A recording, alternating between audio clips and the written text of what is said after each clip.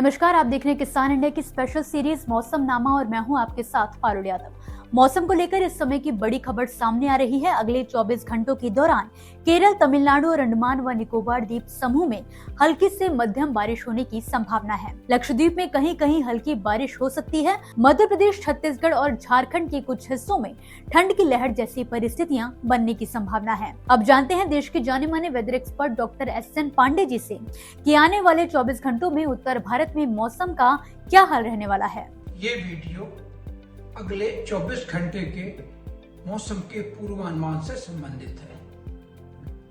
इस समय देश में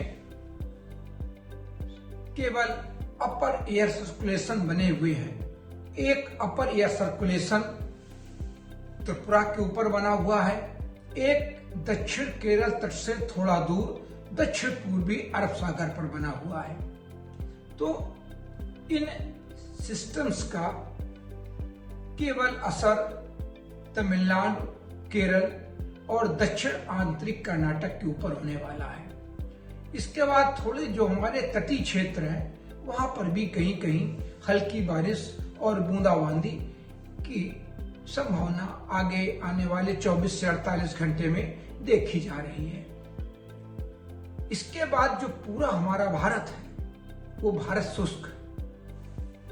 इसी के साथ कई जगह शीतलहर की भी स्थितियां बन रही हैं। उसमें पूर्वी मध्य प्रदेश के कुछ स्थानों में, हरियाणा में, छत्तीसगढ़ में कुछ स्थानों में ये स्थितियां देखी जा रही हैं। देश के कई इलाकों में 2 डिग्री से लेके 7 और 8 डिग्री तक औसत से तापमान कम चल रहे हैं। इंदौर में तो जहां तापमान 15 और 16 होता है वहां पर 7 और 8 चल रहा है। यही स्थिति उत्तर भारत के पहाड़ों की भी है। पहाड़ों पर भी तापमान गुलमर्ग में माइनस में है, इसी तरह श्रीनगर भी माइनस में है और हिमाचल में भी ऊंची पहाड़ियों पर माइनस में है। और उत्तराखंड में भी अच्छी सर्दी शुरू हो गई है। जो हमारा उत्तर प्रदेश है वहां पर भी तापमान गिर रहे हैं और अधिकांश स्थानों पर औसत से 2 से 5 डिग्री तापमान कम है। और ये स्थितियां अभी आगे आने वाले 2 से 3 दिन तक देखी जा सकेंगी। बात करें उत्तर भारत की तो इस दौरान दिल्ली एनसीआर, पंजाब, हरियाणा, उत्तर प्रदेश और हिमाचल प्रदेश के साथ ही उत्तराखंड में तापमान में लगातार गिरावट दर्ज की जा रही है, जबकि यहां पर मौसम शुष्क बना रहेगा। मौसम विभाग ने इन इलाकों में किसी तरह की बारिश को लेकर कोई अलर्ट जारी नहीं किया है। लोगों को, जनमानस को इस सर्दी से असर पड़ता है। जो हमारे पशु होते हैं उनको भी दिक्कत आती है। तो हमारे किसानों को अपने पशुओं का ध्यान रखना है और रात में उनको बंद जगह पर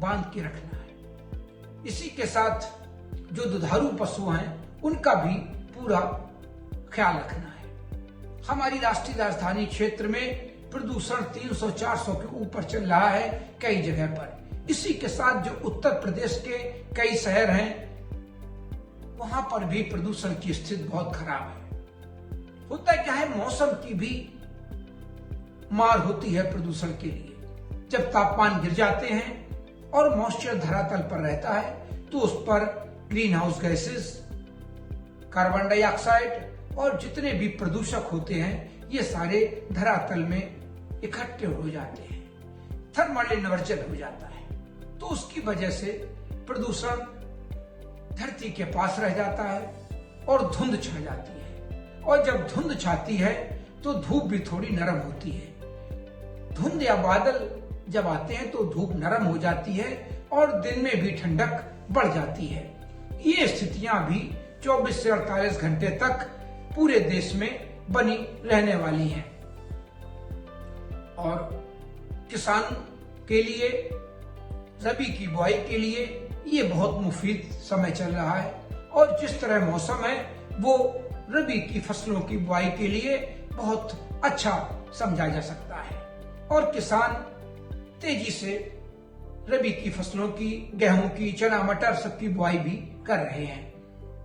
और किसानों को जो सलाह दी गई थी कि वो अपने पास के कृषि विज्ञान केंद्र, एग्रीकल्चर यूनिवर्सिटीज, इसी के साथ जो जिले के कृषि अधिकारी होते हैं उनके, या जो सब्जेक्ट मैटर स्पेशलिस्ट होते हैं उनसे अपने यहाँ किस्मों की और सारी एग्रीकल्चर की, कृषि से संबंधित जानकारी लेते रहे।